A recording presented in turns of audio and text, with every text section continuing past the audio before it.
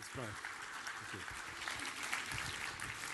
you. I was wondering whether he was actually speaking about me there, except for the funny accent. Actually, just to correct a little bit, I was born in South Africa, actually, so I'm really kind of weird accent out there because I've got a fair bit of Australian. And I'm trying to work on my American. I'm not doing... if I try it, I end up like I'm selling from Texas, so I won't give it a go. I'll just offend all the Texans here. That's a great introduction, Brian. I thank you for that. I have very zany memories of my first meeting of Brian. Actually, I do quote him everywhere, but the story will take a bit to set up. But I do love what the externally focused guys are doing as someone very much involved in the missional church movement. I think they've been pioneers of it for many years now. A friend of mine in the movement, Bob Roberts Jr., says that a truly missional church measures its effectiveness by its impact outside of the church. And I tend to think that that's true, and these guys have been on about it, so I highly recommend their stuff. I think they're wonderful leaders of the movement. Last night I came in, I was probably a bit late, a bit jet lagged to be able to kind of engage in the session last night. So I went to my room and I managed to watch a documentary on Al-Qaeda. I'm very interested in Al-Qaeda simply because I think it is a good example of the power of people movements. Well, this was a very spooky, it was really quite a disturbing show because it kind of highlighted, how difficult it is to take a movement like that out and how a relatively small group of people can cause such a lot of trouble for all the superpowers that are going out after them. I mean, they were relatively small. When they started, they knew it was about 25,000 people. You got all the superpowers in the world trying to take them out. And we've not even made a dent. In fact, I think they've grown. And this, to me, is suggestive because it's all about people movements is kind of what I'm on about, as you'll soon find out. But it made me think of a friend of mine called Brant Hansen, who, in the interests of national security, came up with a way to take Al-Qaeda down. So listen to Brant, he's a humorist, and is very, very, very clever, very insightful. So he read some of my stuff and he came up with this proposal. First of all, we should complexify the message, it's his terms. Right now, it's so simple that it can pass from one to the next and easily be grasped by the uneducated, young, everyone. This is dangerous, he suggests, because it's highly contagious. And people in the street feel capable of enlisting others in the cause. Stop it. Complexify the message. 2, construct a less flat and more hierarchical structure. Currently, small underground groups can move nimbly and autonomously, complicating efforts to thwart them. A more regimented, stratified approach, where some members are left thinking, I don't know enough to do anything, would bring the movement to a halt. Number 3, foster expert culture. And I think he means professionalism, and barriers of entry to the expert class. Promote the idea that the message is not only highly complex, but only some can truly understand it. Construct extensive barriers, he suggests, to entry to the presumed expert class. Promote the idea that cells that are lacking a certified member of the expert class is not really a legitimate expression of a cell. And he goes on, focus on knowledge, not on doing. Complexification and expert class development will make cells spread immense times more, make cells spend immense times more time studying the work and debating theories of the work rather than doing it. Better yet, equate studying, this is his next point, equate studying the work with the work itself. You can see where this is going, isn't it? Sabotage cell reproduction. And there's interesting little subsets over here. He says, do this 3 ways, and I'm short-circuiting him here. Foster egos and small-time celebrity. 2, make the basic structure very difficult to replicate. 3, convince philosophically aligned but non-active members to choose from amongst the most entertaining, high-quality cells that offer services to them. Now he's going back onto his real list. Make operatives really, really busy. 8, get Al-Qaeda to seek governmental accreditation for 501c3 equivalent. 9, co-opt Al-Qaeda into the larger culture. And I could explain that, but I'm not going to. And he says, convince members of Al-Qaeda t-shirts to wear Al-Qaeda t-shirts with funny sayings and stuff. And he says, mission accomplished. You can actually get it on his website. He's a very funny guy and he's a brilliant kind of satirist. And it is a wonderful satire, but it actually if you're going to take people movements out, I suspect, oddly enough, that what he's suggesting is far more effective than the current approach, which costs billions of dollars.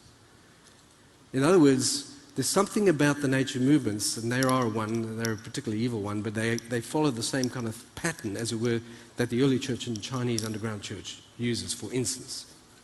I am pretty obsessed with those things, and the book that was flashed earlier on, The Forgotten Ways, is really an elaboration of the power of movements applied to us and how we can become movements again. And pretty much everything I've written since that time has been an elaboration of that to some degree. So I'm pretty obsessed, okay? We can say that with a fair degree of accuracy. But so I want to try and summarize maybe a shorthand way for us to look at it, just to affirm something, and I think you guys are on about over here, and I'm going to do that. I'm going to go and use the whiteboard. I guess you can see this, I suspect. I don't know where that thing's working, but I'm going to suggest that apostolic movements, I won't worry about describing it, I call it APMO, takes place when you have multiplication church planting plus the mission of everyone everywhere, right? Movements happen when you do multiplication church planting and you also engage in mission of everyone everywhere. Now, as someone who's kind of working in the church, we tend to do this pretty well. We could do better. But we've focused our efforts pretty much on the multiplication piece. How do we multiply the church? And we're now getting into what they call the church planting movements. And I think this is a very, very fruitful area. Now, the problem is we've normally focused on that. Very seldom have we ever really opened up on that piece of the equation. Very seldom in history do we see places or events where the people of God actually get to play significantly in the Western world, because largely we have professionalized the ministry to a large degree. Let me suggest that the church that Jesus built, the church that Jesus designed, is actually built around that kind of thing. There is an organizational element to it, and we shouldn't undermine the fact that we are about reproducing the organizational side, the church planting side of the equation. It is significant, but very seldom have we discovered that other piece. And the church that Jesus designed is the one that will advance against the gates of hell and defeat them, is the one that he intended in the first place. Has got to incorporate both those elements in it. We all got to get to play. You call it volunteerism. It's a strange term for us back in Australia, but I understand what you're meaning by that. And that's what I'm trying to get at over here. It's going to take a lot more volunteers to be able to do this and to really carry it off in any way, significant way. If we're going to be the church that Jesus designed. One of the sayings of the church in China, which I try to study a little bit, says this, that every believer is a church planter. Every church is a church planting church. I repeat, every believer is a church planter. Every church is a church planting church. What they mean by that is if you become a believer, then it's highly likely, it's not unlikely that you are going to be starting an ecclesia. What they mean by church is very different, however, to what we might mean by church, with all its paraphernalia. Church for them is a much more simpler affair, usually only 15 or no more than 15 people, because what actually happens when you go more than that, you attract the unwanted attention of the government. And so at a certain point when you reach that catalytic 15, 20 maybe, then what actually happens is someone's got to say, no, you can't join our group, but people coming to the Lord. What do you do is, oh, no, we'll come to your house. We'll send 2 of our people over to you. And then they start growing, and then this one is like a rabbit at this point, because at this point it's going to get pregnant again. It's going to only need 2 more new members, and it's back to the same situation. And then they have to follow that same cycle. So you begin to see the explosion of the people movement beginning to take place. But the interesting thing is, they assume that if you are a believer, you are an agent of the king. You get to play, and they expect it. And this is exactly how the movements that go in those, and the early church is a good example of this, where ordinary people get to play. I mean, if you think of the church that Jesus designed, I mean, they had hookers in it, terrorists, very shady businessmen, all the kind of weird and wonderful people. Not exactly a professional, slick, moral kind of majority kind of class. They were pretty shady, actually, for the lot, and not the A-team, so to speak. And so we need to kind of see it that way, because that's the church that was the original church, the one that kind of God kind of kicked off in the first place. Now, if you think of it this way, and I think I think it's very important to be able to look at movements like that and to ask ourselves the question, what do these movements teach us about ourselves? I don't think it's as weird as you think. I do believe that in every believer carries within themselves the potential for world transformation. Every believer has the potential for the movement in them. Like your DNA is the same. Every little cell has got the whole coding in it. It might not use much of the genetic referencing or material, but it's all there in the one cell. And so it is that in the seed is a potential for a tree, is it not?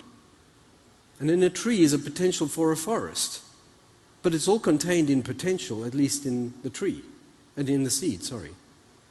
In the apple is an orchard, if you use that kind of imagery. If you think of it as a spark is a potential for a flame, is it not?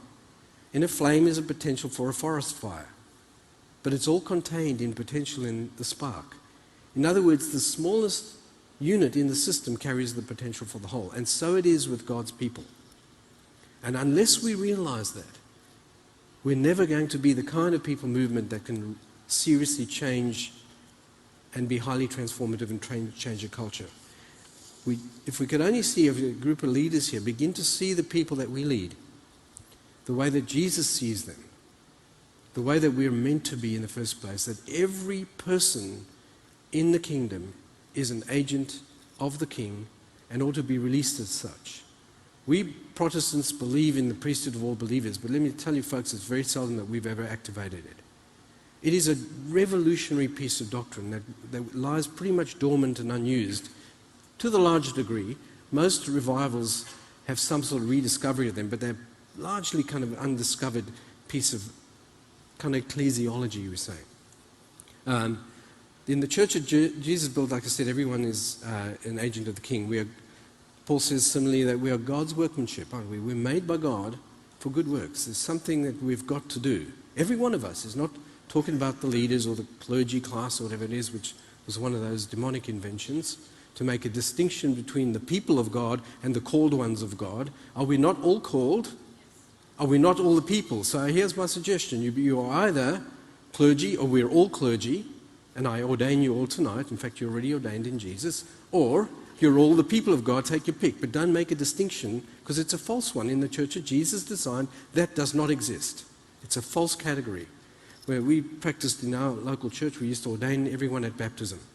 So I'll say your conversion is your commission, or your baptism is your ordination, take your pick. Because in the church of Jesus design, everyone is a player.